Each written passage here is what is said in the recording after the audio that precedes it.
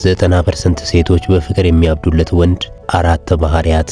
ለዚህ ቻናል አዲስ የሆናችሁ ሰዓቱ አሁን ነውና ሰብስክራይብ አድርጉ። ቪዲዮንም ላይክ በማድረግ ጀምሩ።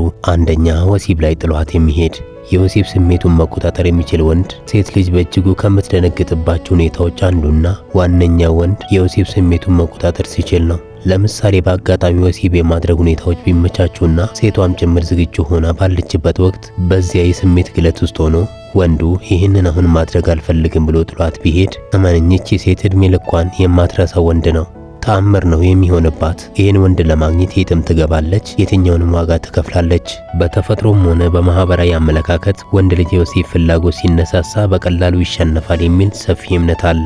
አንዲት ሴት ራሷን አዘጋጅታ ሁኔታዎች ሁሉ ተመቻችተው እያለ ወንዱ ያንን ስሜት በቁጥጥር ስር ውሎ አይሆንም ብሎ ሲተዋት ሴቷ የምታየው ተራ ወንድን አይደለም፣ የራሱን ስሜት ሙሉ በሙሉ መግዛት የሚችል ከፍላጎቱ በላይ የሆነ ልዩ ኃይል እንዳለው አድርጋ ነው የምታየው። የራስን መቆጣጠር እጅግ ከፍተኛ ክብርን ይፈጥራል። የሰው ልጅ በተፈጥሮው በቀላሉ ያገኘውን ነገር ዋጋ ያሳጣዋል። በቀላሉ ማግኘት ያልቻለውን የራቀውንና የተከለከለውን ነገር ደግሞ ለማግኘት ይጓጓል። ሴቷ በዚያ ቅጽበት ይህ ወንድ በኔ ውበት ወይም ስሜት በቀላሉ የምነዳው አይደለም የሚል ግንዛቤ ይፈጥርባታል። ይህ ደግሞ ወንዱን በጣም ውድና በቀላሉ የማይገኝ አድርጎ በአእምሮ ውስጥ እንዲቀረጽ ያደርገዋል። በሳይኮሎጂ ዛይጋርኒክ ኢፌክት የሚባል ህግ አለ።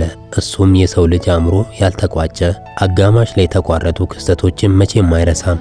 ወሲቡ ተጀምሮ ወይም ተመቻችቶ መሃል ላይ ሲቋረጥ በሴቷ አእምሮ ውስጥ ትልቅ ለምን የሚል ጥያቄና ከፍተኛ ጉጉት ይቀራል። ያ ጉጉት ደግሞ እንቅልፍ ይነሳታል። ሁልጊዜ ስለሱ እንድታስብ ያደርጋታል። የፈለገውን ዋጋ ከፍላ ያንን ያልተጠናቀቀውን ስሜት ለመጨረስ እንድትፈልግ ያደርጋታል። ባጭሩ ወንድ ልጅ በደካማነቱ ሳይሆን በጥንካሬውና ስሜቱን በመግዛቱ ሲለይ ሴት ልጅ እስከ ህይወቷ መጨረሻ የማትረሳው ትልቅ አሻራ ጥሎባት ያልፋል።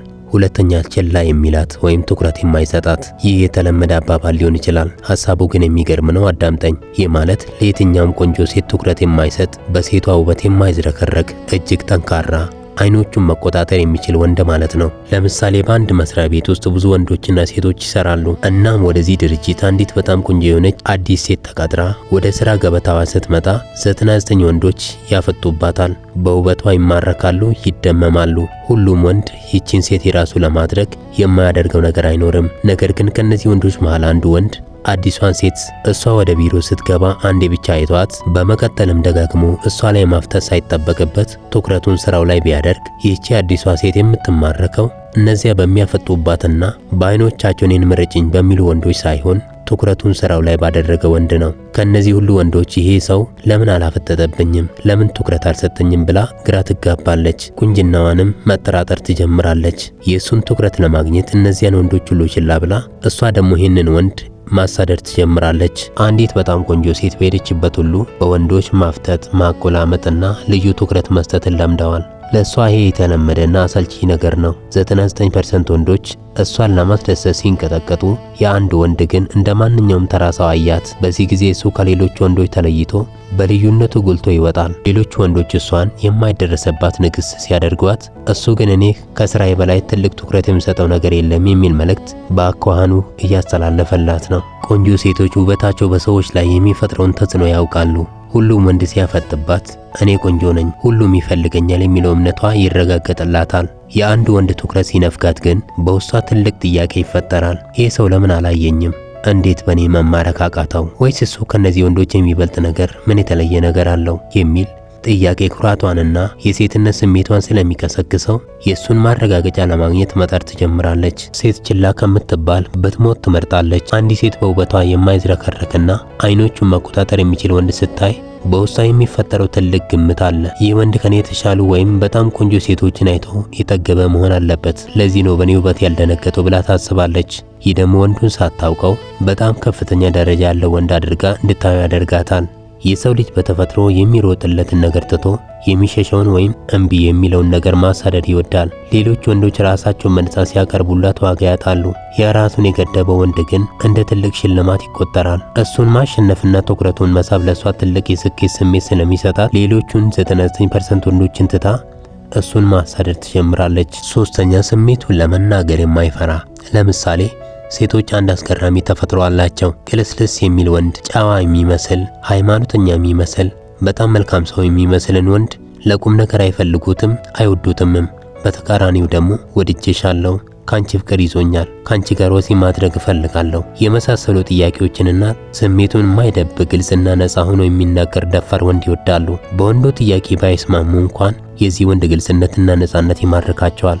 ምንም ነገር ለማድረግ የማይሽቆጠቆጥ ወንድ እንደ ጀግና ነው የሚያዩት። ሴቷን እነዚህ ጥያቄዎችን ጠይቆ አይሆንም አልፈልግም የሚል ምላሽ ከሴቷ ከሰማ መልሶ ዘወር ብሎ እንኳን አያያትም። ጥሏት ሄድና ሌላ አማራጭ ይፈልጋል። ይህ አይነት ወንድ እንዴት ይወደዳል ልትሉኝ ትችላላችሁ። ነገር ግን የዚህ አይነት ወንድ ሴት ልጅን ይማርካል። ጥያቄው፣ ግልጽነቱ፣ አቀራረቡ፣ በይሉኝታ አለመያዙ፣ አለመፍራቱ ሴቷን በእጅጉ ይማርካታል። ብዙ ወንዶች ሴትን ለማግኘት ሲሉ በጣም ጨዋ፣ ታዛዥና መልካም ሰው ለመምሰል ይጥራሉ። ነገር ግን ሴቶች በተፈጥሯቸው ይህንን ባህሪ ሲያዩ በውስጣቸው ጥርጣሬ ይፈጠራል። ይህ ሰው እውነተኛ ፍላጎቱን ወይም ወሲብን ወይም ፍቅርን ለመደበቅ እና እኔን ለማግኘት ብሎ ጭንብል አድርጓል ብለው ያስባሉ። ቅልስልስ ወንድ መቃወም አይችልም። የራሱ ጠንካራ አቋም የለውም። ይህ ደግሞ ለሴቶች በጣም አሰልቺና ደካማ ባህሪ ሆኖ ነው የሚታየው።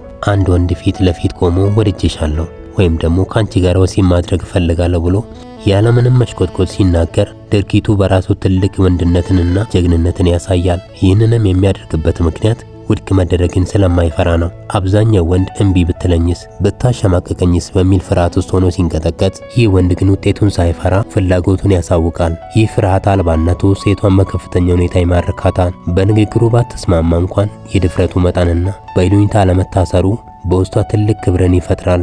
ሴቷ መጀመሪያ ላይ እምቢ ያለችው ወንዱ ተለማምጦ ከእግሯ ስር እንዲወድቅ አስባ ሊሆን ይችላል። እሱ ግን እንዲያውም ጥሏት ሲሄድ በቀላሉ የምትተካሰው ነኝ ማለት ነው፣ አማራጭ የሌለው ወንድ አይደለም የሚል ሐሳብ ይገባታል።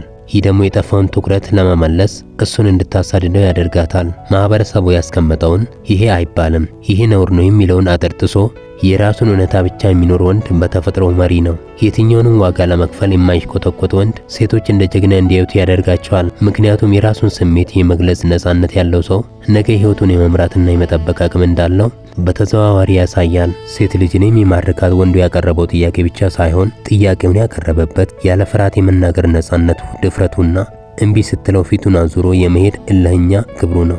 አራተኛ፣ ገንዘብ ካለውና ከሀብታም በላይ ማጽናናት የሚችል። ብዙ ሰዎች ሴት ልጅን ለመማረክ የባንክ አካውንት ወይም ከፍተኛ ሀብት ብቻ ነው የሚያስፈልገው ብለው ያስባሉ። ነገር ግን ገንዘብ ካለውና ከሀብታም በላይ ሴት ልጅን ማዝናናት፣ ማሳቅና ህይወትን ማጣጣም የሚችል ወንድ የመሳብ ኃይሉ እጅግ የላቀ ነው። ገንዘብ ውድ ዕቃዎችን፣ ቪላዎችን ወይም ውድ መኪናዎችን ሊገዛ ይችላል። ነገር ግን እውነተኛ ሳቅና የውስጥ ደስታ መግዛት አይችልም።